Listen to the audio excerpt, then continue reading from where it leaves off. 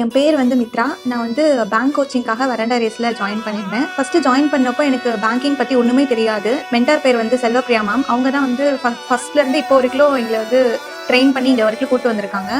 ஏதாவது சின்ன விஷயம்னா கூட நம்ம வந்து வேறு ஏதாவது மேல் மென்டார் இருந்தால் நம்ம கம்ஃபர்டபுளாக போய் கேட்போமா இல்லையான்னு தெரில. ஆனால் வந்து எங்கள் மேம் கிட்டே நாங்கள் வந்து அவ்வளோ கம்ஃபர்டபுளாக ஒரு விஷயமும் நாங்கள் கேட்டோம்.